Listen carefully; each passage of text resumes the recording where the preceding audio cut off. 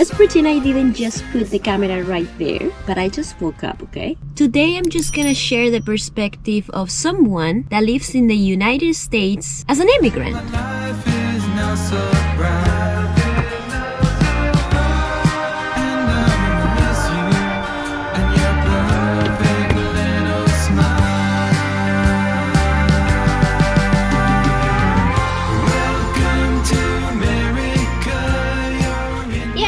Show you my perspective about being from another country in the US. It's not bad at all. I felt pretty welcome the most of the time in this country, and I love the USA. I look like I just woke up. We're gonna get ready as I explain. Good morning, USA. God bless contact lenses. I wear glasses and contacts since I am 11 years old, so I'm blind since I was a kid. I am an immigrant. I'm originally from Spain. I am from a little island in the Mediterranean. I moved to California when I was 22 years old. I was a little baby. Now I'm 33, so it's been almost 11 years since I moved here. And it's been a journey. I really wanted to share what it's like to be an immigrant in the USA, because a lot of people think that you can just move here. There is a lot of paperwork, a lot of rules, a lot of things that you gotta pay, and it's definitely indeed really hard. The reason why I moved to this country is because I really wanted to learn English. I really wanted to move to the US, and the only option I had to move to this country legally was to get a J1 visa, and it's a visa that the country gives you when you come here for work or when you come here to study. And basically what I did was those two things. I came here to study English and also to work. I was a professional nanny of 2 kids. They were the age of 2 and 3. They were really cute babies, and I was their nanny for 2 years. Overall, it was a great experience. I moved here and I had 400 euros on the bank account. This needed to work because I had no money otherwise. When you're an immigrant, the reality is that you normally make less money than anyone in this country. I was making $195 a week. That's nothing. Less than $800 a month is barely no money. If you really are thinking about moving to another country, you need to know that mostly you're not gonna get treated fairly. You're gonna get paid way less than anybody else, and you're gonna be the last person to get any benefits. At least if you do it legally, because right now there is this thing that everybody is coming to this country and getting a bunch of money, getting help from the government, free food, $2,000 cash. They get free accommodation. I guess Biden is facilitating all of this right now. I don't know. I'm gonna stay away from politics. I didn't do it that way, you know. I did it the right way. I came here with papers, with social security number, and I did everything legally, and I've never overstayed my visa. I always follow the rules and the law. When I moved here, it was really hard. It was a lot and a big process. The embassy of the US in Spain is in Madrid, so I had to do a lot of the paperwork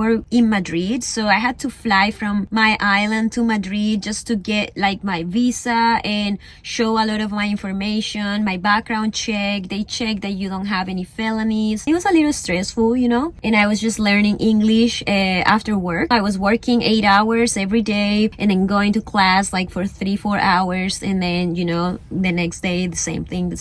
I didn't have really many friends until like 6 months in because I couldn't really speak English, so it was really hard. If you're watching this video and you're thinking that you want to emigrate, that you want to go somewhere else and become a citizen in another country, this is your chance to research and do it, because to me it's the best thing I ever did. It was worth it to move to this country because I feel like something in my soul told me I'm a Californian girl. Even though I'm an island girl from Spain too, my heart is divided in two, you know.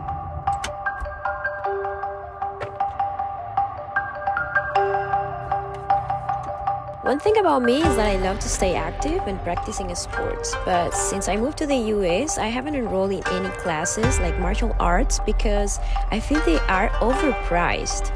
In Europe, everything is cheaper and accessible, but here in the US, it seems like a luxury. I wish that I could afford to enroll in many different activities, but it's so damn pricey.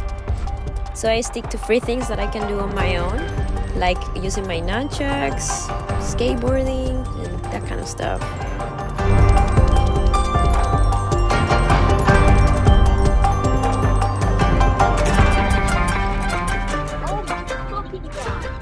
Sorry, animal lovers, but I just opened this door and there's a freaking big spider. I'm about to kill it. I'm sorry.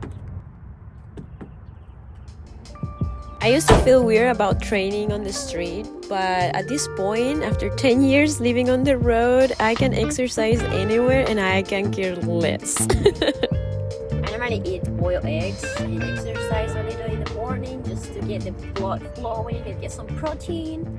But I'm gonna move, so I'm gonna go to somewhere else. Dime lo que tú quieres de mi coqueta. Sé lo que te gusta es salir y se suelta. Cuando baila reggaetón pa' mí que muñeca. Le gusta salir y seducir.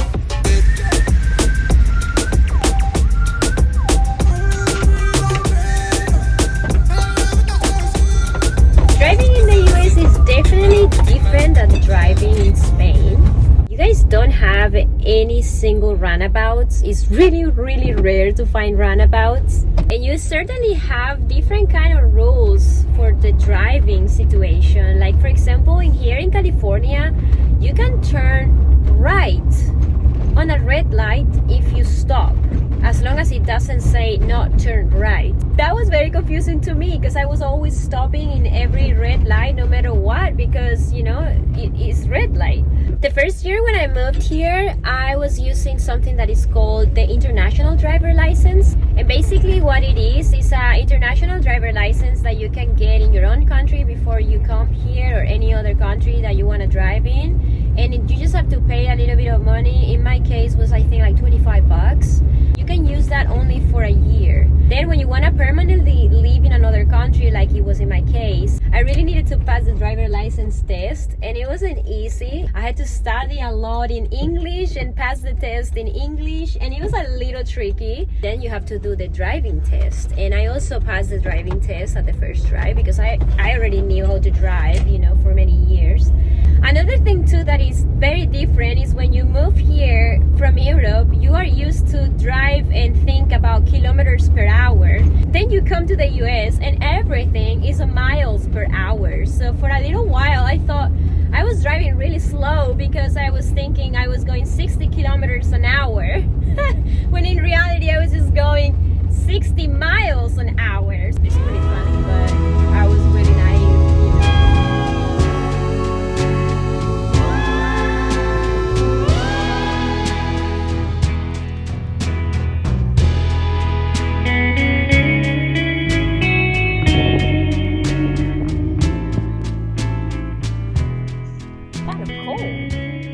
I absolutely love cooking. I don't know if you know this by now in this channel, but I am always cooking in this van. I'm from Spain and I know I am very spoiled when it comes to food. People might not think about it, but food is one of the most important things. It was really hard to find some food that I loved when I moved here. Maybe you won't believe me, but when I moved here, I won like 25 pounds in like 6 months, and that was kind of insane. Now I lost all the weight, all the fast food, all the cinnamon rolls. I just ate everything, man. It was bad. If you guys go to another country as Americans, and maybe you guys go to Philippines or Bali or whatever, the food is completely different. So you'll be like, where are my hamburgers, you know?